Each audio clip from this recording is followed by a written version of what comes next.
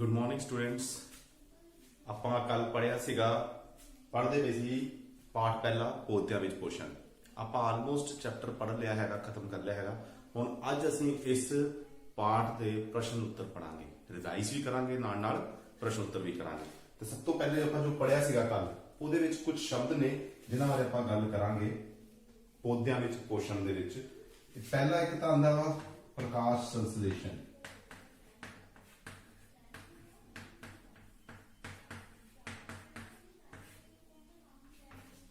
ਆਪਾਂ ਇਹ ਪਾर्ट ਜਿਹੜਾ ਹੈਗਾ ਬੇਸਿਕਲੀ ਪੂਰਾ ਹੀ ਪ੍ਰਕਾਸ਼ ਸੰਸਲੇਸ਼ਨ ਸ਼ਬਦ ਦੇ ਆਲੇ ਦੁਆਲੇ ਇੱਕ ਹੁੰਦਾ ਹੈ। ਪ੍ਰਕਾਸ਼ ਸੰਸਲੇਸ਼ਨ ਕੀ ਹੈ? ਪੌਦਿਆਂ ਦੇ ਵਿੱਚ ਪੌਦੇ ਆਪਣਾ ਭੋਜਨ ਆਪ ਬਣਾਉਂਦੇ ਹਨ। ਕਿਸ ਵਿਧੀ ਨਾਲ? ਪ੍ਰਕਾਸ਼ ਸੰਸਲੇਸ਼ਨ ਵਿਧੀ ਨਾਲ। ਪ੍ਰਕਾਸ਼ ਸੰਸਲੇਸ਼ਨ ਵਿਧੀ ਕੀ ਹੈਗੀ ਆ? ਜਿਸ ਵਿੱਚ ਪੌਦੇ ਹਵਾ ਵਿੱਚੋਂ ਕਾਰਬਨ ਡਾਈਆਕਸਾਈਡ, ਮਿੱਟੀ ਵਿੱਚੋਂ ਦੀ ਪਾਣੀ ਸੋਖਦੇ ਨੇ ਤੇ ਸੂਰਜ ਦੀ ਰੋਸ਼ਨੀ ਦੇ ਵਿੱਚ ਕਲੋਰੋਫਿਲ ਦੀ ਸਹਾਇਤਾ ਦੇ ਨਾਲ ਆਪਣੇ ਪੱਤਿਆਂ ਦੇ ਵਿੱਚੋਂ ਭੋਜਨ ਬਣਾਉਂਦੇ ਨੇ। ਇਸ ਵਿਧੀ ਨੂੰ ਪ੍ਰਕਾਸ਼ ਸੰਸਲੇਸ਼ਨ ਕਿਰਿਆ ਕਹਿੰਦੇ ਹਨ। ਦੂਸਰਾ ਹੈਗਾ ਇਹਦੇ ਵਿੱਚ ਕਲੋਰੋਫਿਲ।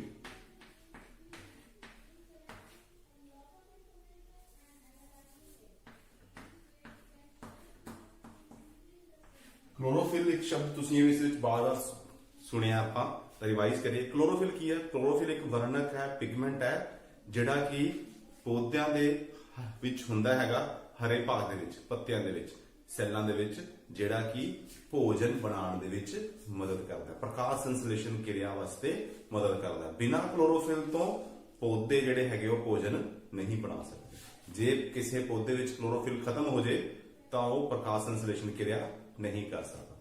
ਕਲੋਰੋਫਿਲ ਦੇ ਕਰਕੇ ਹੀ ਪੌਦੇ ਹਰੇ ਰੰਗ ਦੇ ਨਜ਼ਰ ਆਉਂਦੇ ਨੇ। ਠੀਕ ਹੈ ਜੀ, ਜਿੰਨੇ ਵੀ ਸਾਨੂੰ ਪੌਦੇ ਨਜ਼ਰ ਆ ਰਹੇ ਆ ਹਰੇ ਆਉਂਦੇ ਨਜ਼ਰ, ਕਿਸ ਕਰਕੇ? ਕਲੋਰੋਫਿਲ ਦੇ ਕਰਕੇ। ਠੀਕ ਹੈ ਜੀ। ਇੱਕ ਹੋਰ ਸ਼ਬਦ ਆਪਾਂ ਇਹ ਪੜ੍ਹਦੇ ਆ, ਪੜਿਆ ਪਰਜੀਵੀ।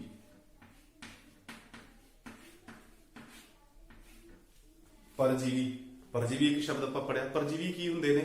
ਇਹ ਉਹ ਜੀਵ ਨੇ, ਉਹ ਪੌਦੇ ਨੇ ਜਿਹੜੇ ਆਪਣੇ ਭੋਜਨ ਦੇ ਲਈ ਦੂਸਰੇ ਜੀਵਾਂ ਉੱਤੇ ਨਿਰਭਰ ਕਰਦੇ ਨੇ। ਕਿਹੜੇ?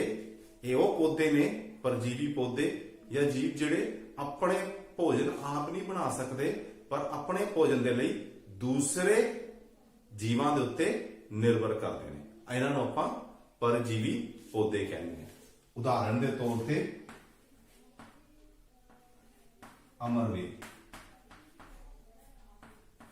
ਠੀਕ ਹੈ, ਇੱਕ ਤਰ੍ਹਾਂ ਦੀ ਬੇਲ ਹੁੰਦੀ ਹੈ ਜਿਹੜੀ ਦੂਸਰੇ ਪੌਦੇ ਦੇ ਉੱਤੇ ਉਗਦੀ ਹੈ ਤੇ ਉਹਨਾਂ ਤੋਂ ਹੀ ਆਪਣਾ ਪੋਸ਼ਣ ਕਰਦੀ ਹੈ। ਇਹਦੇ ਵਿੱਚ ਆਪ ਪ੍ਰਕਾਸ਼ ਸੰਸਲੇਸ਼ਨ ਕਿਰਿਆ ਕਰਨ ਦੀ ਨਹੀਂ ਹੁੰਦੀ। ਠੀਕ ਹੈ। ਉਸ ਤੋਂ ਬਾਅਦ ਸੀਗਾ ਕੀਟ ਆਹਾਰੀ। ਕੀਟ ਆਹਾਰੀ ਪੌਦੇ, ਇਹ ਉਹ ਪੌਦੇ, ਕੀਟ ਆਹਾਰੀ ਆਪਾਂ ਮਤਲਬ ਕੀਟ ਖਾਣ ਵਾਲੇ, ਕੀੜੇ ਖਾਣ ਵਾਲੇ। ਇਹ ਉਹ ਪੌਦੇ ਨੇ ਜਿਹੜੇ ਕਿ ਕੀੜੇ ਖਾਂਦੇ ਨੇ। ਤੇ ਇਹ ਕਿੱਦਾਂ ਦੇ ਪੌਦੇ ਨੇ, ਕਿਉਂ ਖਾਂਦੇ ਨੇ? ਕਿ ਇਹ ਪੌਦੇ ਇਦਾਂ ਦੀ ਜਗ੍ਹਾ ਦੇ ਉੱਤੇ ਉਗਦੇ ਨੇ ਜਿਨ੍ਹਾਂ ਜਗ੍ਹਾ ਦੇ ਵਿੱਚ ਕੁਝ ਪੋਸ਼ਕ ਤੱਤ ਪੌਦਿਆਂ ਨੂੰ ਨਹੀਂ ਮਿਲਦੇ ਆਪਣੇ ਪੂਰੇ ਪੋਸ਼ਣ ਦੇ ਲਈ, ਤੇ ਫਿਰ ਉਹਨਾਂ ਨੂੰ ਉਹ ਪੋਸ਼ਕ ਤੱਤ ਜਿਹੜੇ ਹੈਗੇ ਆ ਦੂਸਰੇ ਜੀਵਾਂ ਤੋਂ ਪ੍ਰਾਪਤ ਕਰਨੇ ਪੈਂਦੇ ਨੇ। ਇਸ ਕਰਕੇ ਇਹਨਾਂ ਦੇ ਪੱਤਿਆਂ ਦੇ ਵਿੱਚ ਖਾਸ ਤਰੀਕੇ ਦੀ ਮੋਡੀਫਿਕੇਸ਼ਨ ਹੋ ਜਾਂਦੀ ਹੈ ਜਿਹੜੇ ਕਿ ਦੂਸਰੇ ਕੀਟਾਂ ਨੂੰ ਖਾਣ ਵਾਸਤੇ ਬਣ ਜਾਂਦੇ ਨੇ। ਇਹਦੀ ਐਗਜ਼ਾਮਪਲ ਸੀਗੀ ਇੱਕ ਘੜਾ ਬੂਟੀ। ਘੜਾ ਬੂਟੀ ਕੀ ਹੈਗੀ ਆ? ਇਹਦੇ ਪੱਤੇ, ਇਸ ਪਲਾਂਟ ਦੇ ਪੱਤੇ ਘੜੇ ਵਰਗੇ ਹੋ ਜਾਂਦੇ ਨੇ ਜਿਹੜੇ ਕਿ ਦੂਸਰੇ ਕੀੜੇ ਮਕੌੜਿਆਂ ਨੂੰ ਉਹਦੇ ਵਿੱਚ ਬੰਦ ਕਰ ਲੈਂਦੇ ਨੇ। ਫਿਰ ਉਹਦੇ ਵਿੱਚ ਉਹਨਾਂ ਨੂੰ ਪਚਾ ਕੇ ਉਹਨਾਂ ਤੋਂ ਪੋਸ਼ਕ ਤੱਤ ਦੀ ਕਮੀ ਜਿਹੜੀ ਹੈਗੀ ਆ ਉਹ ਪੂਰੀ ਕਰਦੇ ਨੇ। ਫਿਰ ਇੱਕ ਹੈਗਾ ਸੀਗਾ ਮ੍ਰਿਤ ਆਹਾਰੀ।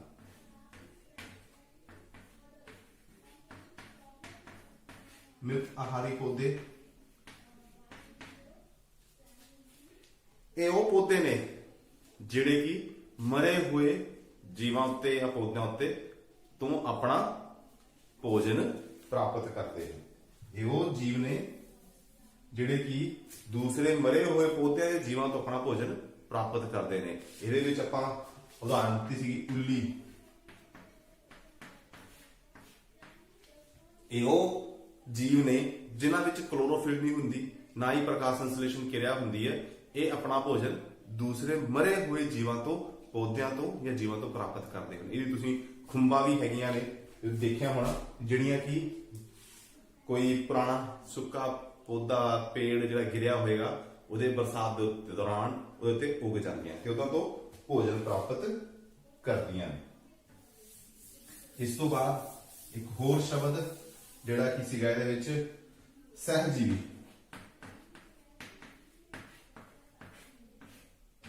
ਸਹਿਜੀਵੀ ਸੰਬੰਧ, ਜੇ ਆਪਾਂ ਪੜਿਆ ਸੀਗਾ ਕਿ ਦੋ ਇਦਾਂ ਦੇ ਜੀਵ ਜਿਹੜੇ ਇੱਕ ਦੂਜੇ ਦੀ ਕਮੀਆਂ ਨੂੰ ਪੂਰਾ ਕਰਕੇ ਆਪਣੇ ਪੋਸ਼ਣ ਦੀ ਪੂਰਤੀ ਕਰਦੇ ਹਨ, ਕਿ ਇੱਕ ਪੌਦਾ ਪਾਣੀ ਸੋਖ ਲੈਂਦਾ ਹੈ ਤੇ ਇੱਕ ਪੌਦਾ ਪ੍ਰਕਾਸ਼ ਸੰਸਲੇਸ਼ਨ ਕਿਰਿਆ ਦੇ ਨਾਲ ਭੋਜਨ ਬਣਾਉਂਦਾ ਹੈ। ਠੀਕ ਹੈ, ਇਦਾਂ ਦੇ ਸੰਬੰਧ ਨੂੰ ਆਪਾਂ ਸਹਿਜੀਵੀ ਸੰਬੰਧ ਕਹਿੰਦੇ ਹਨ, ਜਿਨ੍ਹਾਂ ਦੇ ਵਿੱਚ ਆਪਾਂ ਕਿਹਾ ਸੀ ਲਾਈਕਨ। ਠੀਕ ਹੈ, ਇੱਕ ਇਹਦੇ ਵਿੱਚ ਹੋਰ ਤੁਸੀਂ ਸੁਣਿਆ ਹੋਣਾ ਸਟੋਮੈਟਾ। ਆਪਾਂ ਇੱਕ ਸ਼ਬਦ ਸੀਗਾ ਸਟੋਮੈਟਾ। ਸਟੋਮੈਟਾ ਕੀ ਹੈ? ਪੱਤਿਆਂ ਦੇ ਵਿੱਚ ਇੱਕ ਛਿੱਦਰ ਹੁੰਦੇ ਨੇ ਜਿਹੜੇ ਕਿ ਹਵਾ ਦੇ ਵਿੱਚੋਂ ਦੀ ਕਾਰਬਨ ਡਾਈਆਕਸਾਈਡ ਨੂੰ ਸੋਖਣ ਦੇ ਵਿੱਚ ਮਦਦ ਕਰਦੇ ਨੇ। ਪੌਦਿਆਂ ਦੀ ਪ੍ਰਕਾਸ਼ ਸੰਸਲੇਸ਼ਨ ਦੀ ਕਿਰਿਆ ਦੇ ਲਈ ਹਵਾ ਦੇ ਵਿੱਚੋਂ ਜਿਹੜੀ ਕਾਰਬਨ ਡਾਈਆਕਸਾਈਡ ਹੈ ਉਹ ਇਹਨਾਂ ਦੇ ਵਿੱਚੋਂ ਦੀ ਹੀ ਸੋਖੀ ਜਾਂਦੀ ਹੈ। ਠੀਕ ਹੈ, ਇਹ ਇੱਕ ਤਰ੍ਹਾਂ ਦਾ ਪੋਰ ਹੁੰਦਾ ਹੈ। ਠੀਕ ਹੈ, ਛਿੱਦਰ ਹੈਗਾ ਜਿਹਦੇ ਵਿੱਚੋਂ ਦੀ ਇਹ ਕਾਰਬਨ ਡਾਈਆਕਸਾਈਡ ਸੋਖਦੇ ਨੇ ਤੇ ਆਕਸੀਜਨ ਨੂੰ ਬਾਹਰ ਕੱਢਦੇ ਨੇ, ਸਟੋਮੈਟਾ। ਠੀਕ ਹੈ ਜੀ, ਉਸ ਤੋਂ ਬਾਅਦ ਆਪਾਂ ਇਹਦੇ ਵਿੱਚ ਹੋਰ ਪੜਿਆ ਸੀਗਾ ਇੱਕ ਸਵੈਪੋਸ਼ੀ।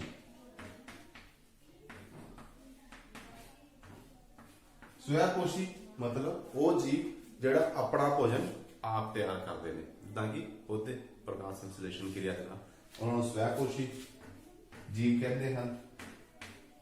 ਪਰਪੋਸ਼ੀ ਇਹ ਉਹ ਜੀਵ ਜਿਹੜਾ ਆਪਣਾ ਭੋਜਨ ਆਪ ਨਹੀਂ ਬਣਾ ਸਕਦੇ, ਇਹ ਆਪਣੇ ਭੋਜਨ ਦੇ ਲਈ ਦੂਸਰੇ ਜੀਵਾਂ ਦੇ ਉੱਤੇ ਨਿਰਭਰ ਕਰਦੇ ਹਨ, ਇਹਨਾਂ ਨੂੰ ਆਪਾਂ ਕਹਿੰਦੇ ਆ ਪਰਪੋਸ਼ੀ। ਠੀਕ ਹੈ ਬੱਚਿਓ, ਇਸ ਚੈਪਟਰ ਦੇ ਵਿੱਚ ਮੇਨ ਸ਼ਬਦ ਸੀਗੇ ਜਿਹੜੇ ਕਿ ਤੁਸੀਂ ਪੜ੍ਹੇ ਤੇ ਜਿਨ੍ਹਾਂ ਦੇ ਉੱਤੇ ਤੁਸੀਂ ਇਹ ਯਾਦ ਰੱਖੋਗੇ ਤਾਂ ਤੁਹਾਨੂੰ ਅੱਗੇ ਕੁਐਸਚਨਾਂ ਦੇ ਆਨਸਰ ਦੇਣੇ ਸੌਖੇ ਹੋ ਜਾਣਗੇ। ਹੁਣ ਆਪਾਂ ਤੁਹਾਡੀ ਕਿਤਾਬ ਦੀ ਬੈਕ ਸਾਈਡ ਦੇ ਉੱਤੇ ਜੋ ਆਖਰ ਦੇ ਵਿੱਚ ਪ੍ਰਸ਼ਨ ਦਿੱਤੇ ਨੇ ਆਪਾਂ ਉਹਨਾਂ ਨੂੰ ਹੱਲ ਕਰਾਂਗੇ। ਇਹਨਾਂ ਵਿੱਚ ਸਭ ਤੋਂ ਬੈਕ ਸਾਈਡ ਦੇ ਉੱਤੇ ਪਹਿਲਾ ਪ੍ਰਸ਼ਨ ਹੈਗਾ, ਜੀਵਾਂ ਨੂੰ ਭੋਜਨ ਦੀ ਜ਼ਰੂਰਤ ਕਿਉਂ ਹੁੰਦੀ ਹੈ? ਜੀਵਾਂ ਨੂੰ ਭੋਜਨ ਦੀ ਜ਼ਰੂਰਤ ਕਿਉਂ ਹੁੰਦੀ ਹੈ?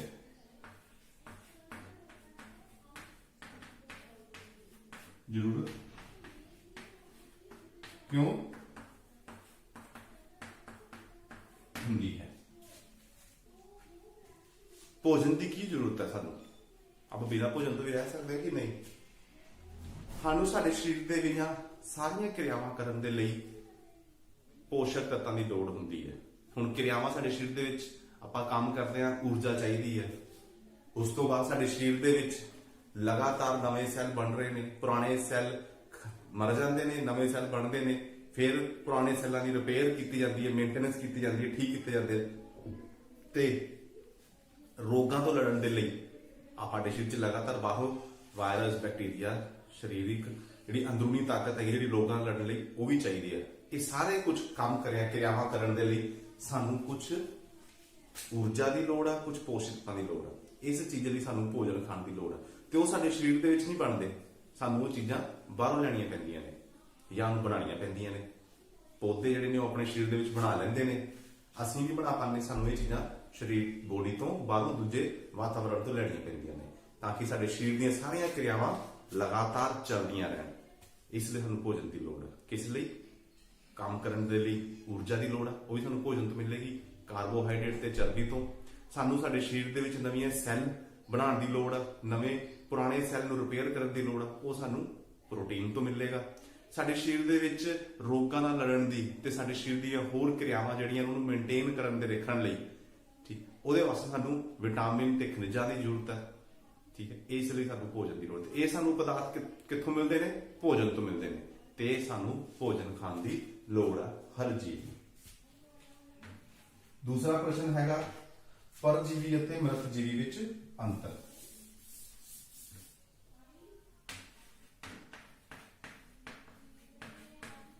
ਪਰਜੀਵੀ ਅਤੇ ਮ੍ਰਿਤ ਜੀਵੀ ਵਿੱਚ ਅੰਤਰ ਦੱਸੋ। ਹੁਣ ਪਰਜੀਵੀ ਤੇ ਮ੍ਰਿਤ ਜੀਵੀ ਵਿੱਚ ਅੰਤਰ। ਪਰਜੀਵੀ ਕੀ ਹੁੰਦੇ ਨੇ? ਇਹ ਉਹ ਜੀਵ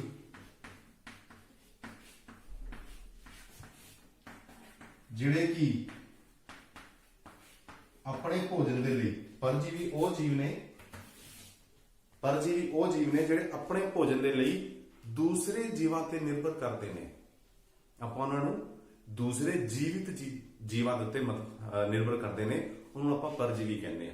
ਜਿਸ ਤਰ੍ਹਾਂ ਕਿ ਜੀਵ ਜੰਤੂ, ਅਸੀਂ ਪਰਜੀਵੀ ਆ ਕਿਉਂਕਿ ਅਸੀਂ ਆਪਣਾ ਭੋਜਨ ਆਪ ਨਹੀਂ ਤਿਆਰ ਕਰ ਸਕਦੇ। ਅਸੀਂ ਆਪਣੇ ਭੋਜਨ ਦੇ ਲਈ ਦੂਸਰੇ ਜੀਵਾਂ ਦੇ ਉੱਤੇ, ਜਾਂ ਤਾਂ ਆਪਾਂ ਜਾਨਵਰਾਂ ਦੇ ਉੱਤੇ ਜਾਂ ਪੌਦਿਆਂ ਉੱਤੇ ਨਿਰਭਰ ਕਰਦੇ ਹਾਂ। ਹੁਣ ਜੇ ਆਪਾਂ ਸਬਜ਼ੀਆਂ ਵਾਸਤੇ, ਸਬਜ਼ੀਆਂ ਪੌਦਿਆਂ ਤੋਂ ਮਿਲਦੀਆਂ ਨੇ, ਉਹ ਸਾਨੂੰ ਉੱਥੋਂ ਖਾਣੀਆਂ ਨੇ, ਠੀਕ ਹੈ। ਜੇ ਆਪਾਂ ਦੁੱਧ ਵਗੈਰਾ ਖਾਣਾ ਵਾ, ਪੀਣਾ ਵਾ, ਉਹ ਸਾਨੂੰ ਜਾਨਵਰਾਂ ਤੋਂ ਮਿਲਣਾ ਵਾ। ਆਪਾਂ ਪੌਦਿਆਂ ਤੇ ਜੀਵਾਂ ਦੇ ਉੱਤੇ ਦੋਵਾਂ ਤੇ ਨਿਰਭਰ ਕਰਦੇ ਹਾਂ। ਇਸੇ ਤਰੀਕੇ ਜਿਹੜੇ ਘਾਹ ਖਾਣ ਵਾਲੇ ਜੀਵ ਨੇ, ਗਾਵਾਂ, ਮੱਝਾਂ, ਬੱਕਰੀਆਂ, ਇਹ ਪੌਦੇ ਖਾਂਦੇ ਨੇ, ਇਹ ਆਪਣੇ ਭੋਜਨ ਦੇ ਲਈ ਡਿਪੈਂਡ ਕਰਦੇ ਆ ਪੌਦਿਆਂ ਤੇ। ਤੇ ਜਿੱਦਾਂ ਜਿਹੜੇ ਮਾਸਾਹਾਰੀ ਜੀਵ ਨੇ, ਸ਼ੇਰ, ਚੀਤੇ, ਠੀਕ ਹੈ, ਇਹ ਦੂਸਰੇ ਜੀਵਾਂ ਦੇ ਉੱਤੇ ਨਿਰਭਰ ਕਰਦੇ ਨੇ ਆਪਣੇ ਭੋਜਨ ਲਈ। ਇਹਨਾਂ ਨੂੰ ਪਰਜੀਵੀ ਕਿਹਾ ਜਾਂਦਾ। ਜਿਹੜੇ ਵੀ ਜੀਵ ਆਪਣੇ ਭੋਜਨ ਦੇ ਲਈ ਦੂਸਰੇ ਜੀਵਾਂ ਦੇ ਉੱਤੇ ਨਿਰਭਰ ਕਰਦੇ ਨੇ, ਤੇ ਉਹ ਜੀਵ ਪੌਦੇ ਜਾਂ ਜੀਵ, ਜਾਨਵਰ, ਜੰਤੂ ਹੋ ਸਕਦੇ ਨੇ, ਉਹਨਾਂ ਨੂੰ ਆਪਾਂ ਪਰਜੀਵੀ ਕਹਿੰਦੇ ਹਾਂ। ਦੂਸਰੇ ਹੈਗੇ ਆ ਉਦਾਹਰਨ ਦੇ ਲਈ, ਪਰਜੀਵੀਆਂ ਦੇ ਵਿੱਚ ਸਾਰੇ ਜੀਵ ਜੰਤੂ, ਸਾਰੇ ਜੰਤੂ, ਉਹ ਸਾਰੇ ਪਰਜੀਵੀ ਨੇ। ਮਨੁੱਖ ਵੀ, ਗਾਵਾਂ, ਮੱਝਾਂ ਵੀ, ਮਾਸਾਹਾਰੀ, ਸ਼ਾਕਾਹਾਰੀ, ਸਾਰੇ ਪਰਜੀਵੀ ਨੇ, ਠੀਕ ਹੈ। ਉਸ ਤੋਂ ਬਾਅਦ ਮ੍ਰਿਤ ਜੀਵੀ ਉਹ ਜੀਵ ਜਿਹੜੇ ਆਪਣੇ ਭੋਜਨ ਲਈ ਮਰੇ ਹੋਏ ਜੀਵਾਂ ਤੇ ਨਿਰਭਰ ਕਰਦੇ ਨੇ, ਉਹਨਾਂ ਨੂੰ ਆਪਾਂ ਮ੍ਰਿਤ ਜੀਵੀ ਕਹਿੰਦੇ ਆ। ਕਿ ਜਿਹੜੇ ਵੀ ਜੀਵ ਆਪਣੇ ਭੋਜਨ ਦੇ ਲਈ ਮ੍ਰਿਤ ਜੀਵਾਂ ਤੇ ਨਿਰਭਰ ਕਰਦੇ ਨੇ, ਉਹਨਾਂ ਨੂੰ ਮ੍ਰਿਤ ਜੀਵੀ ਕਿਹਾ ਜਾਂਦਾ ਹੈ। ਉਦਾਹਰਨ ਦੇ ਤੌਰ ਤੇ ਉੱਲੀ, ਇਹਦੇ ਵਿੱਚ ਸੀਗੇ ਜੰਤੂ, ਉੱਲੀ, ਇਹ ਸਾਰੇ ਤੁਹਾਨੂੰ ਦੱਸਿਆ, ਪਹਿਲੇ ਵੀ ਦੱਸਿਆ। ਉੱਲੀ ਇਦਾਂ ਦੇ ਜੀਵ ਨੇ ਜਿਹੜੇ ਕਿ ਮਰੇ ਹੋਏ ਜੀਵਾਂ ਉੱਤੇ ਪੈਦਾ ਹੁੰਦੇ ਨੇ, ਜਿਹਦੇ ਵਿੱਚ ਖੁੰਬਾਂ, ਠੀਕ ਹੈ, ਮਸ਼ਰੂਮ ਜਿਹਨੂੰ ਕਹਿੰਦੇ ਆ। ਤੁਸੀਂ ਦੇਖਿਆ ਹੈਗਾ ਕਿ ਜਿੱਥੇ ਵੀ ਪੇੜ ਗਿਰਿਆ ਹੁੰਦਾ, ਜ਼ਿਆਦਾਤਰ ਬਰਸਾਤਾਂ ਦੇ ਟਾਈਮ ਦੇ ਵਿੱਚ ਇਹ ਉੱਥੇ ਉੱਗ ਜਾਂਦੇ ਨੇ। ਘਰਾਂ ਦੇ ਵਿੱਚ ਸਾਡੇ ਸਬਜ਼ੀਆਂ, ਰੋਟੀਆਂ, ਅਚਾਰ ਨੂੰ ਉੱਲੀ ਲੱਗ ਜਾਂਦੀ ਹੈ। ਉਹ ਇੱਕ ਤਰ੍ਹਾਂ ਦੇ ਜੈਵਿਕ ਪਦਾਰਥ ਨੇ, ਉਹਨਾਂ ਦੇ ਉੱਤੇ ਗਰੋ ਕਰਦੇ ਨੇ, ਉੱਗਦੇ ਨੇ, ਉਹਨਾਂ ਤੋਂ ਆਪਣਾ ਭੋਜਨ ਪ੍ਰਾਪਤ ਕਰਦੇ ਨੇ। ਜੈਵਿਕ ਪਦਾਰਥਾਂ, ਮਰੇ ਹੋਏ ਜੀਵ ਜਾਂ ਜੈਵਿਕ ਪਦਾਰਥ ਜਿਹੜੇ ਵੀ ਹੈਗੇ ਆ, ਉਹਨਾਂ ਤੇ ਲੱਗਦੇ ਨੇ। ਚਮੜੇ ਦੀਆਂ ਵਸਤਾਂ ਦੇ ਉੱਤੇ ਵੀ ਉੱਲੀ ਲੱਗ ਜਾਂਦੀ ਹੈ, ਜਿੱਥੇ ਮੋਇਸਚਰ ਹੋਵੇ ਤਾਂ ਉਹਨਾਂ ਤੋਂ ਆਪਣਾ ਭੋਜਨ ਪ੍ਰਾਪਤ ਕਰਦੇ ਨੇ। ਇਹ ਇਹਨਾਂ ਵਿੱਚ ਅੰਤਰ ਹੈ, ਠੀਕ ਹੈ ਜੀ।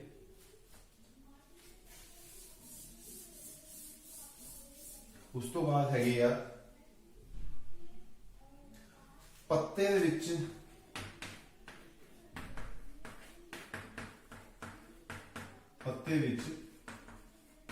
ਸਟਾਰਚ ਦੀ ਮੌਜੂਦਗੀ ਦਾ ਨਿਰੀਖਣ ਕਿਵੇਂ ਕਰਾਂਗੇ?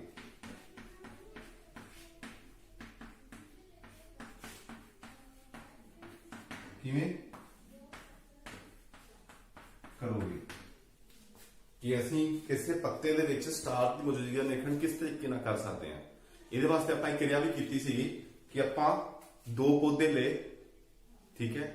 ਇੱਕ ਪੌਦੇ ਨੂੰ ਆਪਾਂ ਹਨੇਰੇ ਕਮਰੇ 'ਚ ਰੱਖ ਦਿੱਤਾ, ਦੂਸਰੇ ਪੌਦੇ ਨੂੰ ਆਪਾਂ ਸੂਰਜ ਦੀ ਰੋਸ਼ਨੀ ਵਿੱਚ ਰੱਖਤਾ 72 ਘੰਟਿਆਂ ਲਈ। ਤੇ 72 ਘੰਟਿਆਂ ਬਾਅਦ ਆਪਾਂ ਸਟਾਰਚ ਦਾ ਟੈਸਟ ਕਰਾਂਗੇ, ਆਇਓਡੀਨ ਦਾ ਟੈਸਟ, ਜਿਹੜਾ ਕਿ ਆਪਾਂ ਪਿਛਲੀ ਕਲਾਸ ਦੇ ਵਿੱਚ ਵੀ ਕੀਤਾ ਸੀ ਚੌਲਾਂ ਉੱਤੇ। ਜਦੋਂ ਆਪਾਂ ਉਹਦੇ ਉੱਤੇ ਆਇਓਡੀਨ ਪਾਉਂਦੇ ਆ ਤੇ ਉਹ ਗੂੜੇ ਕਾਲੇ ਰੰਗ ਦਾ, ਨੀਲੇ ਰੰਗ ਦਾ ਹੋ ਜਾਂਦਾ ਹੈ, ਜਿਹੜਾ ਦੱਸਦਾ ਸੀਗਾ ਕਿ ਇਹਦੇ ਵਿੱਚ ਸਟਾਰਚ ਹੈਗੀ। ਤੇ ਆਪਾਂ ਉਹੀ ਸਟਾਰਚ ਦਾ ਟੈਸਟ ਜਿਹੜਾ ਹੈਗਾ ਆਪਾਂ ਪੱਤਿਆਂ ਤੇ ਵੀ ਕਰਨਾ ਆਇਓਡੀਨ ਦੇ ਨਾਲ। ਪਹਿਲੇ ਆਪਾਂ ਕੀ ਕਰਨਾ, ਗਮਲੇ ਲੈਣੇ ਦੋ, ਇੱਕ ਨੂੰ ਆਪਾਂ ਹਨੇਰੇ ਕਮਰੇ 'ਚ ਤੇ ਇੱਕ ਨੂੰ ਸੂਰਜ ਦੀ ਰੋਸ਼ਨੀ 'ਚ ਰੱਖ ਦੇਣਾ 72 ਘੰਟਿਆਂ ਵਾਸਤੇ, 3 ਦਿਨਾਂ ਵਾਸਤੇ। 3 ਦਿਨਾਂ ਤੋਂ ਬਾਅਦ ਆਪਾਂ ਉਹਨਾਂ ਦੇ ਉੱਤੇ ਪੱਤਿਆਂ ਉੱਤੇ ਉਹੀ ਟੈਸਟ ਕਰਾਂਗੇ ਆਇਓਡੀਨ ਦਾ, ਤੇ ਜਿਹਦੇ ਵਿੱਚ ਉਹ ਟੈਸਟ ਪੱਤੇ ਦਾ ਰੰਗ ਬਦਲ ਜਾਏਗਾ ਉਹਦੇ ਵਿੱਚ ਸਟਾਰਚ ਮੌਜੂਦ ਹੈਗੀ, ਜਿਹਦੇ ਚ ਨਹੀਂ ਹੋਏਗਾ ਉਹ ਚ ਸਟਾਰਚ ਮੌਜੂਦ ਹੈ। ਠੀਕ ਹੈ ਜੀ। ਉਸ ਤੋਂ ਬਾਅਦ ਪ੍ਰਕਾਸ਼ ਸੰਸਲੇਸ਼ਨ ਕਿਰਿਆ ਦੀ ਵਿਆਖਿਆ ਕਰੋ।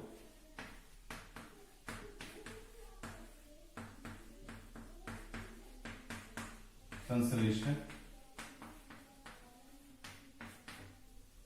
क्रिया की संक्षेप व्याख्या करो।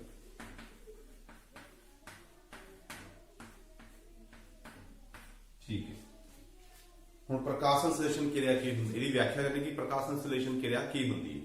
प्रकाश संश्लेषण क्रिया की है, असीं इस चैप्टर दे विच पढ़िया पहले भी।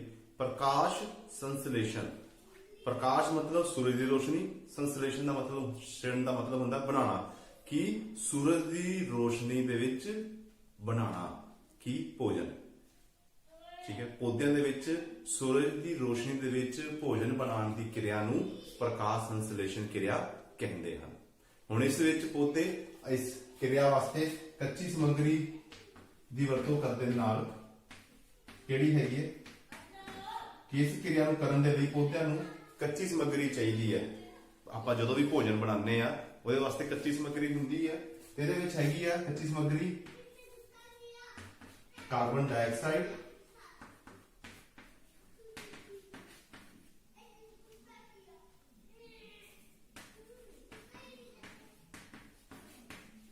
कार्बन डाइऑक्साइड ते पानी ਇਹਦੇ ਵਿੱਚ ਕੱਚੀ ਸਮੱਗਰੀ ਵੱਲੋਂ ਵਰਤਿਆ ਜਾਂਦਾ ਹੈ। ਤੇ ਨਾਲੇ ਹੋਰ ਚੀਜ਼ ਸੂਰਜ ਦੀ ਰੋਸ਼ਨੀ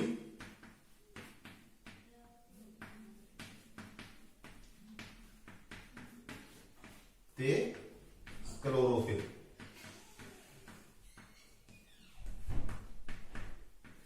ਇਹਨਾਂ ਚਾਰ ਚੀਜ਼ਾਂ ਦੀ ਮਦਦ ਦੇ ਨਾਲ ਪੌਦੇ ਜਿਹੜੇ ਹੈਗੇ ਪ੍ਰਕਾਸ਼ ਸੰਸ਼ਲੇਸ਼ਣ ਦੀ ਕਿਰਿਆ ਨਾਲ ਆਪਣਾ ਭੋਜਨ ਬਣਾਉਂਦੇ ਹਨ। ਠੀਕ ਹੈ ਜੀ। ਹੁਣ ਪ੍ਰਕਾਸ਼ ਸੰਸ਼ਲੇਸ਼ਣ ਦੀ ਕਿਰਿਆ ਦੇ ਵਿੱਚ ਕੀ ਬਣਦਾ ਹੈ ਕੱਚੀ ਸਮੱਗਰੀ ਦੇ ਨਾਲ? ਜੇ ਆਪਾਂ ਪ੍ਰਕਾਸ਼ ਸੰਸ਼ਲੇਸ਼ਣ ਦੀ ਕਿਰਿਆ ਦੇ ਵਿੱਚ ਜੇ ਆਪਾਂ ਸਮੀਕਰਨ ਲਿਖੀਏ, ਕਾਰਬਨ ਡਾਈ ਆਕਸਾਈਡ, ਇਹ ਕਿੱਥੋਂ ਆਉਂਦੀ ਹੈ ਪੌਦਿਆਂ ਵਿੱਚ? ਕਾਰਬਨ ਡਾਈਆਕਸਾਈਡ ਇਹ ਪੌਦੇ ਹਵਾ ਤੋਂ ਸੋਖ ਰਹੇ ਹਨ ਸਟੋਮੇਟਾ ਰਾਹੀਂ। ਸਟੋਮੇਟਾ ਰਾਹੀਂ ਕਾਰਬਨ ਡਾਈਆਕਸਾਈਡ ਨੂੰ ਹਵਾ ਵਿੱਚੋਂ ਸੋਖਿਆ ਜਾਂਦਾ ਹੈ। ਦੂਸਰਾ ਹੈਗਾ ਸੀਗਾ ਪਾਣੀ। ਪਾਣੀ ਪੌਦੇ ਜਿਹੜੇ ਹੈਗੇ ਆ ਉਹ ਜੜ੍ਹਾਂ ਰਾਹੀਂ ਮਿੱਟੀ ਵਿੱਚੋਂ ਸੋਖਦੇ ਹਨ। ਕਿੱਥੋਂ? ਜੜ੍ਹਾਂ ਦੇ ਨਾਲ ਮਿੱਟੀ ਵਿੱਚ ਸੋਖਦੇ ਹਨ। ਫਿਰ ਜੜ੍ਹਾਂ ਤੋਂ ਉਹ ਪਾਣੀ ਜਿਹੜਾ ਹੈਗਾ ਪੌਦੇ ਦੇ ਹਰ ਹਿੱਸੇ ਤੱਕ ਪਹੁੰਚਾਇਆ ਜਾਂਦਾ ਹੈ। ਠੀਕ ਹੈ। ਉਸ ਤੋਂ ਬਾਅਦ ਸੂਰਜ ਦੀ ਰੋਸ਼ਨੀ,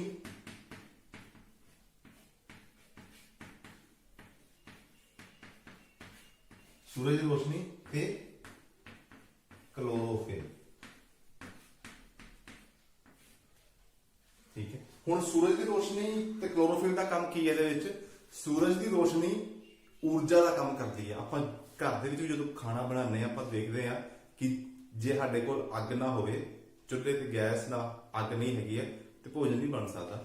ਉਸੇ ਤਰੀਕੇ ਨਾਲ ਊਰਜਾ ਚਾਹੀਦੀ ਹੁੰਦੀ ਹੈ ਤੇ ਪੌਦਿਆਂ ਨੂੰ ਵੀ ਕਾਰਬਨ ਡਾਈਆਕਸਾਈਡ ਪਾਣੀ ਨੂੰ ਭੋਜਨ ਦੇ ਵਿੱਚ ਵਰਤਨ ਚੇਂਜ ਕਰਨ ਦੇ ਲਈ ਊਰਜਾ ਦੀ ਲੋੜ ਹੈਗੀ ਹੈ, ਜੋ ਸੂਰਜ ਦੀ ਰੋਸ਼ਨੀ ਪ੍ਰੋਵਾਈਡ ਕਰ ਦਿੰਦੀ ਹੈਗੀ ਹੈ। ਤੇ ਹੁਣ ਖਾਣਾ ਇੱਕ ਖਾਸ ਜਗ੍ਹਾ ਤੇ ਬਣਾਇਆ ਜਾਂਦਾ ਹੈ, ਕਿਚਨ ਦੇ ਵਿੱਚ। ਕਿਚਨ 'ਚ ਬਣਾਉਂਦੇ ਆਪਾਂ ਰਸੋਈ ਦੇ ਵਿੱਚ। ਹੁਣ ਉਹ ਰਸੋਈ ਦੇ ਵਿੱਚ ਜਿਹੜਾ ਕੰਮ ਹੈਗਾ ਉਹ ਇੱਕ ਕਲੋਰੋਫਿਲ ਕਰਦਾ ਹੈ, ਪਿਗਮੈਂਟ ਹੈਗਾ, ਜਿਹੜਾ ਕਿ ਉਹ ਸੂਰਜ ਦੀ ਰੋਸ਼ਨੀ ਨੂੰ, ਜਿੱਦਾਂ ਕਿ ਹੁਣ ਸਾਡੇ ਕੋਲ ਗੈਸ ਤਾਂ ਹੈਗੀ ਹੈ, ਲੇਕਿਨ ਹੁਣ ਗੈਸ ਦੇ ਨਾਲ ਜੇ ਸਾਡੇ ਕੋਲ ਚੁੱਲ੍ਹਾ ਨਾ ਹੋਵੇ ਕਨਵਰਟ ਕਰਨ ਲਈ, ਯੂਜ਼ ਕਰਨ ਦੇ ਲਈ, ਤਾਂ ਸਾਡੇ ਕੋਲ ਉਹ ਗੈਸ ਸਿਲੰਡਰ ਦਾ ਕੋਈ ਫਾਇਦਾ ਨਹੀਂ। ਠੀਕ, ਉਸੇ ਤਰੀਕੇ ਦਾ ਜਿਹੜਾ ਹੈਗਾ ਕੰਮ ਕਲੋਰੋਫਿਲ ਕਰਦੀ ਹੈ। ਤੇ ਬਣਦਾ ਕੀ ਹੈਗਾ? ਗਲੂਕੋਜ਼ ਤੇ ਆਕਸੀਜਨ। ਗੈਸ। ਠੀਕ ਹੈ, ਗਲੂਕੋਜ਼ ਬਣਦਾ ਹੈਗਾ ਇਹਦੇ ਵਿੱਚ, ਠੀਕ ਹੈ, ਭੋਜਨ ਪਦਾਰਥ, ਤੇ ਨਾਲ ਹੀ ਆਕਸੀਜਨ ਗੈਸ ਰਿਲੀਜ਼ ਹੁੰਦੀ ਹੈ। ਹੁਣ ਪ੍ਰਕਾਸ਼ ਸੰਸਲੇਸ਼ਨ ਦੀ ਕਿਰਿਆ ਦੇ ਵਿੱਚ ਪੌਦੇ ਨੇ ਕੀ ਕੀਤਾ, ਕਾਰਬਨ ਡਾਈਆਕਸਾਈਡ ਸੋਖੀ ਤੇ ਆਕਸੀਜਨ ਸਾਨੂੰ ਵਾਤਾਵਰਣ 'ਚ ਇਨ ਰਿਟਰਨ ਦੇਤੀ। ਤੇ ਉਹ ਆਕਸੀਜਨ ਜਿਹੜੀ ਜੀਵਾਂ ਦੇ ਲਈ ਬਹੁਤ ਜ਼ਰੂਰੀ ਹੈ ਕਿ ਬਿਨਾਂ ਆਕਸੀਜਨ ਤੋਂ ਜੀਵ ਜੀਵਿਤ ਨਹੀਂ ਰਹਿ ਸਕਦੇ। ਤੇ ਉਹ ਆਕਸੀਜਨ ਦਾ ਜਿਹੜਾ ਪ੍ਰਵਾਹ ਹੈਗਾ ਇਨਵਾਇਰਨਮੈਂਟ ਦੇ ਵਿੱਚ ਲਗਾਤਾਰ ਪੌਦੇ ਬਣਾ ਕੇ ਰੱਖਦੇ ਹਨ। ਤੇ ਕਾਰਬਨ ਡਾਈਆਕਸਾਈਡ ਜਿਹੜੀ ਹੈਗੀ ਹੈ, ਜਿਹੜੀ ਉਸ ਤਰੀਕੇ ਹਾਰਮਫੁਲ ਹੈ ਲੇਕਿਨ ਪੌਦਿਆਂ ਦੇ ਲਈ ਫਾਇਦੇਮੰਦ ਹੁੰਦੀ ਹੈ, ਕਿਉਂਕਿ ਉਹਦੇ ਨਾਲ ਆਪਣਾ ਭੋਜਨ ਬਣਾ ਲੈਂਦੇ ਨੇ, ਉਹ ਉਹਨੂੰ ਸੋਖਦੇ ਰਹਿੰਦੇ ਨੇ। ਤੇ ਇਹ ਹੈਗੀ ਸਾਡੀ ਪ੍ਰਕਾਸ਼ ਸੰਸਲੇਸ਼ਨ ਕਿਰਿਆ। ਠੀਕ ਹੈ ਜੀ।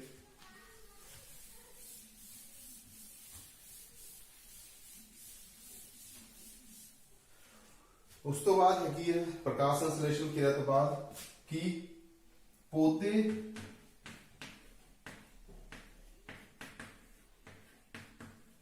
ਭੋਜਨ ਦਾ ਮੂਲ ਸਰੋਤ ਹਨ।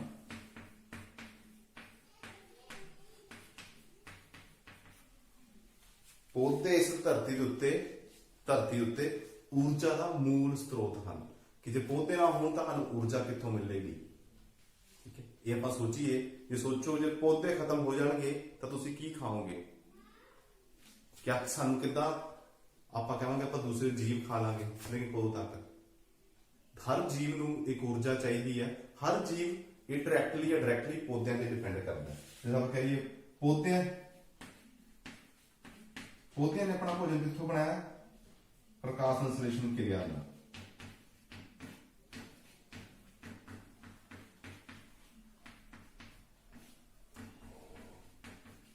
ਪ੍ਰਕਾਸ਼ ਸੰਸਲੇਸ਼ਨ ਕਿਰਿਆ ਤੋਂ ਆਪਣਾ ਭੋਜਨ ਬਣਾ ਲਿਆ।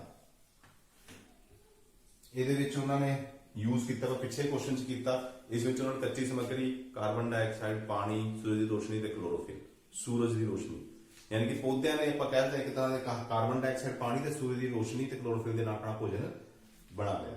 ਹੁਣ ਬਾਕੀ ਜੀਵ ਪੌਦਿਆਂ ਨੂੰ ਕੌਣ ਖਾਂਦਾ? ਪੌਦਿਆਂ ਨੂੰ ਭੋਜਨ ਦੇ ਰੂਪ ਵਿੱਚ ਕੌਣ ਵਰਤਦਾ? ਸ਼ਾਕਾਹਾਰੀ ਜੀਵ।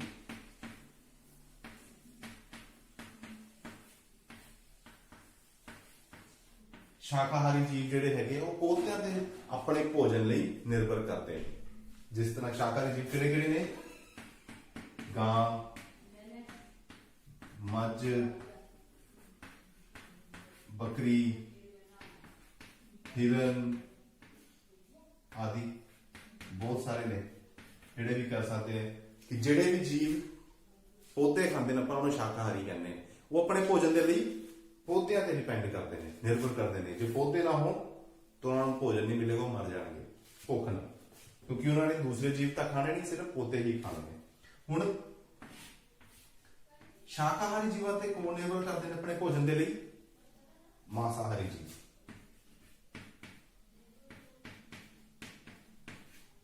ਮਾਸਾਹਾਰੀ ਜੀਵ ਆਪਣੇ ਭੋਜਨ ਦੇ ਲਈ ਨਿਰਭਰ ਕਰਦੇ ਨੇ ਕਿਹਦੇ ਦੇ ਉੱਤੇ? ਸ਼ਾਕਾਹਾਰੀ ਜੀਵਾਂ ਦੇ ਉੱਤੇ। ਹੁਣ ਮਾਸਾਹਾਰੀ ਜੀਵ ਕਿਹੜੇ ਕਿਹੜੇ ਨੇ? ਸ਼ੇਰ, ਚੀਤਾ, ਬਾਜ, ਬਹੁਤ ਸਾਰੇ ਜਿਹੜੇ ਕਿ ਜੀਵ ਸਿਰਫ ਮਾंस ਖਾਂਦੇ ਨੇ, ਆਪਾਂ ਨੂੰ ਮਾਸਾਹਾਰੀ ਕਹਿੰਦੇ ਨੇ। ਉਹ ਆਪਣੇ ਭੋਜਨ ਦੇ ਲਈ, ਹੁਣ ਮਾਸਾਹਾਰੀ ਜੀਵ ਨੇ ਉਹ ਆਪਣੇ ਭੋਜਨ ਦੇ ਲਈ ਕਿੱਥੇ ਡਿਪੈਂਡ ਕਰਦੇ ਨੇ? ਸ਼ਾਕਾਹਾਰੀ ਜੀਵ ਦੇ ਉੱਤੇ। ਸ਼ਾਕਾਹਾਰੀ ਜੀਵ ਕਿਉਂਕਿ ਤੇ ਸ਼ਾਕਾਹਾਰੀ ਆਪਣੇ ਭੋਜਨ ਦੇ ਲਈ ਪੌਦਿਆਂ ਉੱਤੇ। ਹੁਣ ਆਪਾਂ ਸੋਚੀਏ ਜੇ ਆਪਾਂ ਇਸ ਲੜੀ ਦੇ ਵਿੱਚ ਪੌਦਿਆਂ ਨੂੰ ਖਤਮ ਕਰ ਦਈਏ, ਪੌਦਿਆਂ ਨੂੰ ਖਤਮ ਕਰਤਾ, ਤੇ ਜੇ ਪੌਦੇ ਨਾ ਹੋਣਗੇ ਤਾਂ ਸ਼ਾਕਾਹਾਰੀ ਜੀਵ ਭੋਜਨ ਨਾ ਮਿਲਣ ਕਰਕੇ ਮਰ ਜਾਣਗੇ। ਤੇ ਜੇ ਸ਼ਾਕਾਹਾਰੀ ਜੀਵ ਮਰ ਕੇ ਖਤਮ ਹੋ ਗਏ ਤੇ ਮਾਸਾਹਾਰੀ ਜੀਵਾਂ ਨੂੰ ਵੀ ਆਪਣਾ ਭੋਜਨ ਨਹੀਂ ਮਿਲਣਾ ਤੇ ਉਹਨਾਂ ਨੇ ਵੀ ਖਤਮ ਹੋ ਜਾਣਾ। ਤੇ ਅਲਟੀਮੇਟਲੀ ਜਿਹੜੀ ਊਰਜਾ ਦਾ ਪ੍ਰਵਾਹ ਹੈਗਾ ਉਹ ਪੌਦਿਆਂ ਦੁਆਰਾ ਹੀ ਧਰਤੀ ਉੱਤੇ ਪ੍ਰਵਾਹਿਤ ਕੀਤਾ ਜਾ ਰਿਹਾ। ਤਾਂ ਪੌਦਿਆਂ ਹੀ ਧਰਤੀ ਉੱਤੇ ਮੂਲ ਊਰਜਾ ਦੇ ਸਰੋਤ ਹਨ। ਜੇ ਪੌਦੇ ਹੈਗੇ ਆ ਤਾਂ ਸ਼ਾਕਾਹਾਰੀ ਜੀਵ ਜੀਵਿਤ ਨੇ, ਜੇ ਸ਼ਾਕਾਹਾਰੀ ਜੀਵ ਜੀਵਿਤ ਨੇ ਤੇ ਮਾਸਾਹਾਰੀ ਜੀਵ ਜੀਵਿਤ ਨੇ। ਇਸੇ ਤਰੀਕੇ ਨਾਲ ਧਰਤੀ ਉੱਤੇ ਜੀਵਨ ਜੀਵਿਤ ਹੈ, ਚੱਲ ਰਿਹਾ ਹੈ ਪੌਦਿਆਂ ਦੇ ਕਰਕੇ। ਜੇ ਪੌਦੇ ਖਤਮ ਤਾਂ ਧਰਤੀ ਉੱਤੇ ਜੀਵਨ ਵੀ ਖਤਮ, ਕਿਉਂਕਿ ਊਰਜਾ ਦਾ ਸਰੋਤ ਨਹੀਂ ਹੋਏਗਾ। ਜੇ ਊਰਜਾ ਹੀ ਨਹੀਂ ਕਿਸੇ ਜੀਵ ਨੂੰ ਮਿਲੇਗੀ ਤਾਂ ਜੀਵ ਖਤਮ ਹੋ ਜਾਣਗੇ। ਹੁਣ ਅਗਲਾ ਪ੍ਰਸ਼ਨ ਹੈਗਾ अगला हैगा खाली थावां।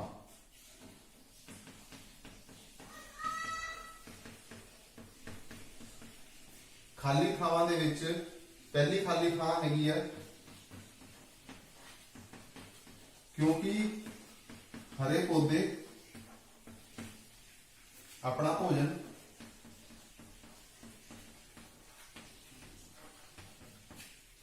आप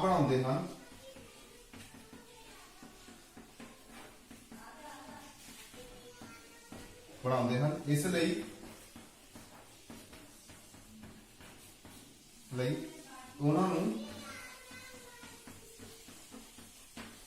उन्होंने डैश कहते हैं। आप पढ़िया कि जेड़े जीव अपना भोजन आप बनाते हैं उन्होंने की कहते हैं, स्वै पोषी। जेड़े भी जीव अपना भोजन आप बनाते हैं उन्होंने स्वैपोषी कहा जाता है। हुण दूजी खाली थां हैगी आ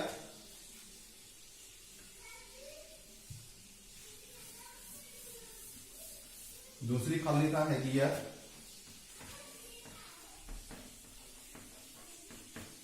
पौधों द्वारा संश्लेषित भोजन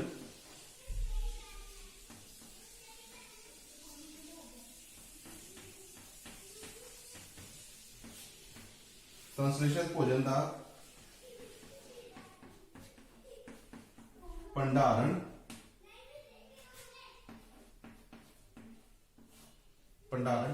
डैश दे रूप विच कीता जाता है। रूप विच कीता जाता है। क्यों प्रकाश संश्लेषण की क्रिया में जो भी भोजन बन रहा है वो किस रूप दे विच पौधे नूं जमा करते हैं अपने शरीर दे विच, वो हैगा स्टार्च। किस रूप दे विच? स्टार्च दे रूप दे विच उसदा भंडारण करते हैं। ठीक है, उस तो बाद हैगा प्रकाश संश्लेषण क्रिया दे विच प्रकाश अगला हैगा खाली था प्रकाश संश्लेषण दी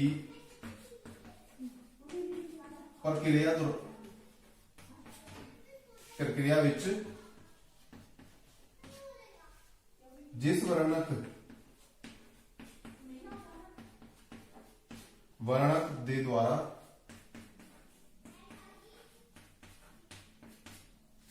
सूरजी ऊर्जा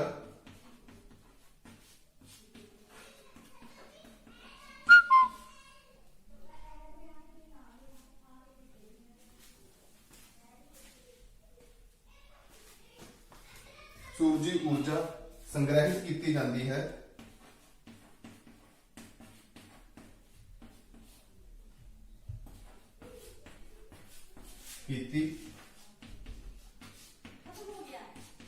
जाती है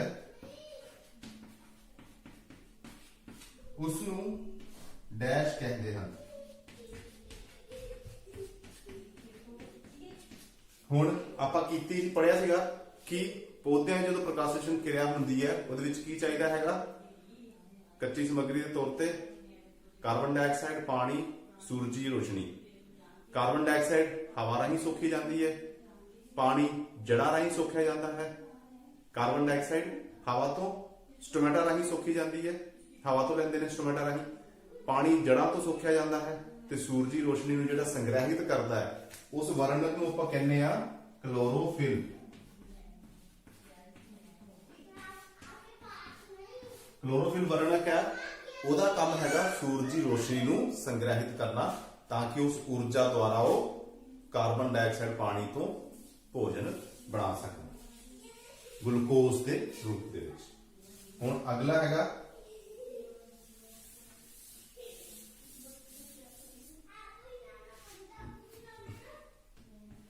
इहदे च प्रकाश संश्लेषण विच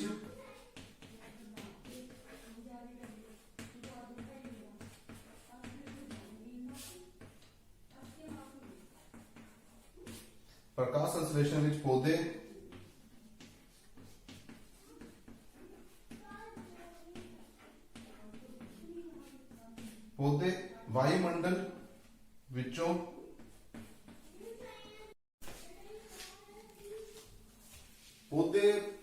ਪ੍ਰਕਾਸ਼ ਸੰਸ਼ਲੇਸ਼ਣ ਕਿਰਿਆ ਦੌਰਾਨ ਪ੍ਰਕਾਸ਼ ਸੰਸ਼ਲੇਸ਼ਣ ਕਿਰਿਆ ਵਿੱਚ ਪੌਦੇ ਵਾਯੂਮੰਡਲ ਵਿੱਚੋਂ ਡੈਸ਼ ਲੈਂਦੇ ਹਨ ਅਤੇ ਡੈਸ਼ ਦਾ ਉਤਪਾਦਨ ਕਰਦੇ ਹਨ। ਆਪਾਂ ਕਿਰਿਆ ਆਪਾਂ ਹੁਣ ਪਿੱਛੇ ਪੜਿਆ ਵਾ ਕਿ ਕਿਹੜੀ ਚੀਜ਼ ਵਾਯੂਮੰਡਲ ਤੋਂ ਲੈਂਦੇ ਨੇ, ਉਹ ਕਾਰਬਨ ਡਾਈਆਕਸਾਈਡ ਗੈਸ ਵਾਯੂਮੰਡਲ ਚ ਲੈਂਦੇ ਨੇ ਤੇ ਆਕਸੀਜਨ ਦਾ ਉਤਪਾਦਨ ਕਰਦੇ ਨੇ, ਆਕਸੀਜਨ ਵਾਯੂਮੰਡਲ ਵਿੱਚੋਂ ਛੱਡ ਦਿੰਦੇ ਨੇ। ਤੇਰੇ ਵਿੱਚ ਕੀ ਆ ਜਾਏਗਾ, ਕਾਰਬਨ ਡਾਈਆਕਸਾਈਡ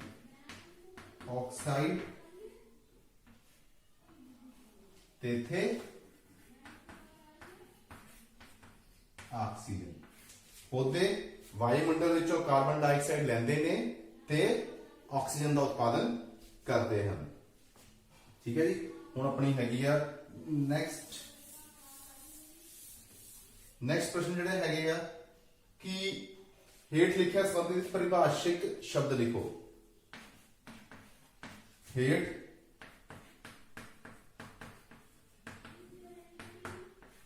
ਲਿਖਿਆ ਦੇ ਸੰਬੰਧਿਤ ਪਰਿਭਾਸ਼ਿਕ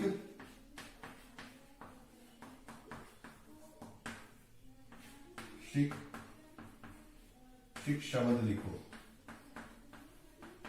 ਪਰਿਭਾਸ਼ਿਕ ਸ਼ਬਦ ਮਤਲਬ ਇੱਕ ਸ਼ਬਦ ਆਪਾਂ ਦੇਣਾ ਹੈਗਾ। ਜਿਹਦਾ ਪਹਿਲਾ ਹੈਗਾ ਕਮਜ਼ੋਰ ਤਣੇ ਵਾਲਾ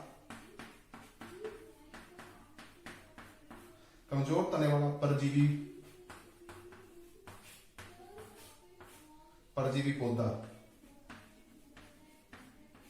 ਆਪਾਂ ਪੜਿਆ ਹੈਗਾ ਪਰਜੀਵੀ ਪੌਦੇ ਦਾ ਨਾਮ ਪਿੱਛੇ ਪੜਿਆ ਕਿ ਇੱਕ ਕਮਜ਼ੋਰ ਤਣੇ ਵਾਲਾ ਪਰਜੀਵੀ ਪੌਦਾ ਕੀ ਹੈਗਾ, ਅਮਰਵੇਲ। ਠੀਕ ਹੈ, ਕਿਉਂਕਿ ਉਹ ਆਪਣਾ ਕਮਜ਼ੋਰ ਤਣਾ ਹੈ, ਉਹ ਦੂਸਰੇ ਪੌਦਿਆਂ ਦੇ ਉੱਤੇ ਲਿਪਟਿਆ ਤਾਂ ਬੇਲ ਦੀ ਤਰ੍ਹਾਂ ਆਪਣਾ ਉਹ ਭੋਜਨ ਨਹੀਂ ਬਣਾ ਸਕਦਾ, ਦੂਸਰੇ ਹੀ ਪੌਦਿਆਂ ਤੋਂ ਆਪਣਾ ਭੋਜਨ ਪ੍ਰਾਪਤ ਕਰਦਾ ਹੈ। ਉਸ ਤੋਂ ਬਾਅਦ ਇੱਕ ਪੌਦਾ ਜਿਸ ਵਿੱਚ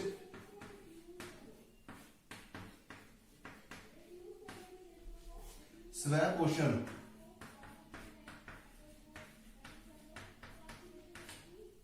ਅਤੇ ਵਿਖਮ ਪੋਸ਼ਣ ਦੋਵੇਂ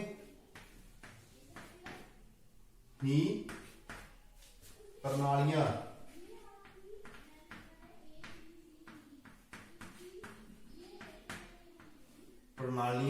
ਮਿਲਦੀਆਂ ਹਨ।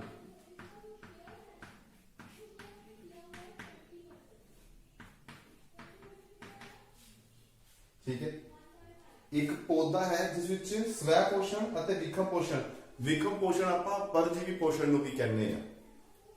ਠੀਕ ਹੈ, ਵਿਖਮ ਪੋਸ਼ਣ ਦੇ ਵਿੱਚ ਪਰਜੀਵੀ ਪੋਸ਼ਣ, ਜਿਹਦੇ ਪਰਜੀਵੀ ਪੋਸ਼ਣ ਦੀਆਂ ਕਿਸਮਾਂ ਆਪਾਂ ਕੀਤੀਆਂ ਸੀਗੀਆਂ, ਅੰਮ੍ਰਿਤਹਾਰੀ, ਕਿਰਟਹਾਰੀ, ਪਰ ਠੀਕ ਹੈ, ਇਹ ਉਹ ਵਿਖਮ ਪੋਸ਼ਣ ਹੀ ਕਹਿੰਦੇ ਉਹਨੂੰ, ਵਿਖਮ ਪੋਸ਼ਣ ਹੀ ਕਹਿ ਦਿੰਦੇ ਆ ਪਰਜੀਵੀ ਪੋਸ਼ਣ ਨੂੰ।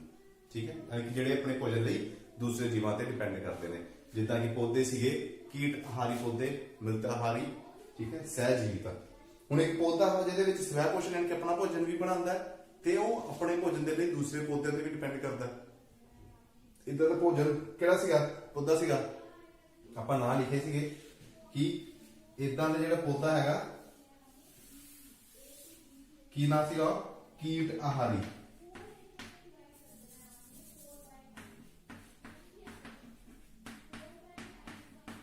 ਕੀਟ ਆਹਾਰੀ ਪੌਦੇ ਨੇ ਜਿਨ੍ਹਾਂ ਵਿੱਚ ਸਵੈ ਪੋਸ਼ਣ ਵੀ ਹੁੰਦਾ ਹੈ ਤੇ ਵਿਖਮ ਪੋਸ਼ਣ ਵੀ ਹੁੰਦਾ ਹੈ। ਤੇ ਕੀਟ ਆਹਾਰੀ ਪੌਦੇ ਦੀ ਐਗਜ਼ਾਮਪਲ ਸੀ ਘੜਾ ਬੂਟੀ। ਘੜਾ ਬੂਟੀ ਦੀ ਉਦਾਹਰਣ ਸੀ ਕਿ ਇਹ ਪੌਦਿਆਂ ਵਿੱਚ ਪ੍ਰਕਾਸ਼ ਸੰਸ਼ਲੇਸ਼ਣ ਦੀ ਵੀ ਕਿਰਿਆ ਹੁੰਦੀ ਹੈ, ਪਰ ਕੁਝ ਇੱਕ ਪੋਸ਼ਣ ਤੱਤ ਜਿਹੜੇ ਧਰਤੀ ਤੋਂ ਨਹੀਂ ਮਿਲਦੇ, ਕਿਉਂਕਿ ਜਦੋਂ ਉਹ ਜੜ੍ਹਾਂ ਰਾਹੀਂ ਪਾਣੀ ਖਿੱਚਦੇ ਨੇ ਤੇ ਪਾਣੀ ਦੇ ਵਿੱਚੋਂ ਹੋਰ ਖਣਿਜ ਪਦਾਰਥ ਵੀ ਲੈਂਦੇ ਨੇ, ਪਰ ਜਦੋਂ ਉਹਨਾਂ ਨੂੰ ਉਸ ਮਿੱਟੀ ਤੋਂ ਨਹੀਂ ਮਿਲਦੇ ਹਨ ਤੇ ਉਸ ਲਈ ਉਹ ਫਿਰ ਦੂਸਰੇ ਤਰੀਕੇ ਦੇ ਨਾਲ ਉਹਨਾਂ ਨੂੰ ਪੋਸ਼ਣ ਲਈ ਪ੍ਰਾਪਤ ਕਰਦੇ ਹਨ, ਜਿਹੜੇ ਕੀਟਾਂ ਨੂੰ ਖਾ ਕੇ। ਠੀਕ ਹੈ, ਉਸ ਤੋਂ ਬਾਅਦ ਹੈਗਾ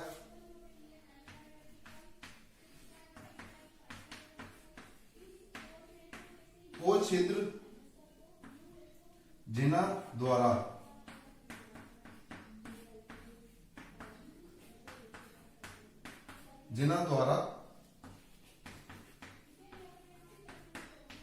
पत्तियां विचों गैसां दा वटांदरा हुंदा है। दा वटांदरा हुंदा है। किहड़े छिद्र सीगे आपां गल कीती सीगी, जिन्हां विचों दी गैसां दा वटांदरा करदे ने, कार्बन डाइऑक्साइड अंदर सोखदे ने ते ऑक्सीजन छड्डदे ने। किहड़े छिद्र सीगे? सही गल, स्टोमेटा। स्टोमेटा वो छिद्र ने जिन्हां दे थ्रू विचों दी कार्बन डाइऑक्साइड सोखदे ने ते ऑक्सीजन नूं छड्डदे ने। ये सीगा साडा। ते अगे ये साडे खाली थावां भी हो गई, प्रभाषित हो गए, प्रश्नोत्तर भी हो गए। हुण एक MCQ ने कि आपां ठीक लगाना हैगा कि अमरवेल उदाहरण है किसे?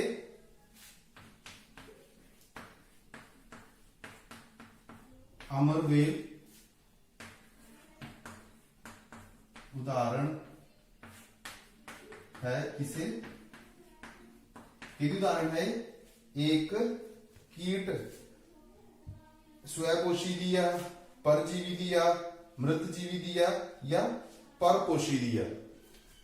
परपोषी ये हैगी है परजीवी। अमरवेल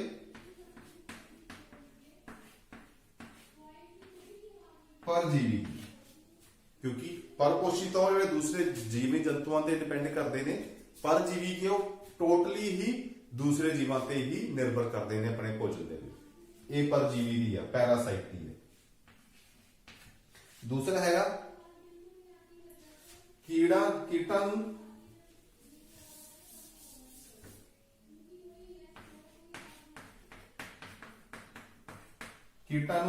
फड़ के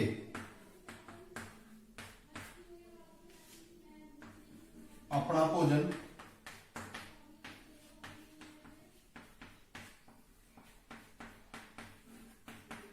बनाने वाले पौधे दा नाम की हुंदा है? की हुंदा है? जिहड़े कीटां नूं खांदे ने आपां नूं कहने हां, इहदे च दित्ता पिया वा घड़ा बूटी। बूटी वो पौधा हैगा जिहड़ा कीटां तो अपना भोजन तैयार करता है। तो इसे दे नाल साडा ये चैप्टर खत्म हुंदा है। कि क्वेश्चन आंसर वगैरह सारे तुसीं ये बच्चे अपनी कापी ते जरूर नोट करने ने ते याद करने ने। धन्नवाद जी।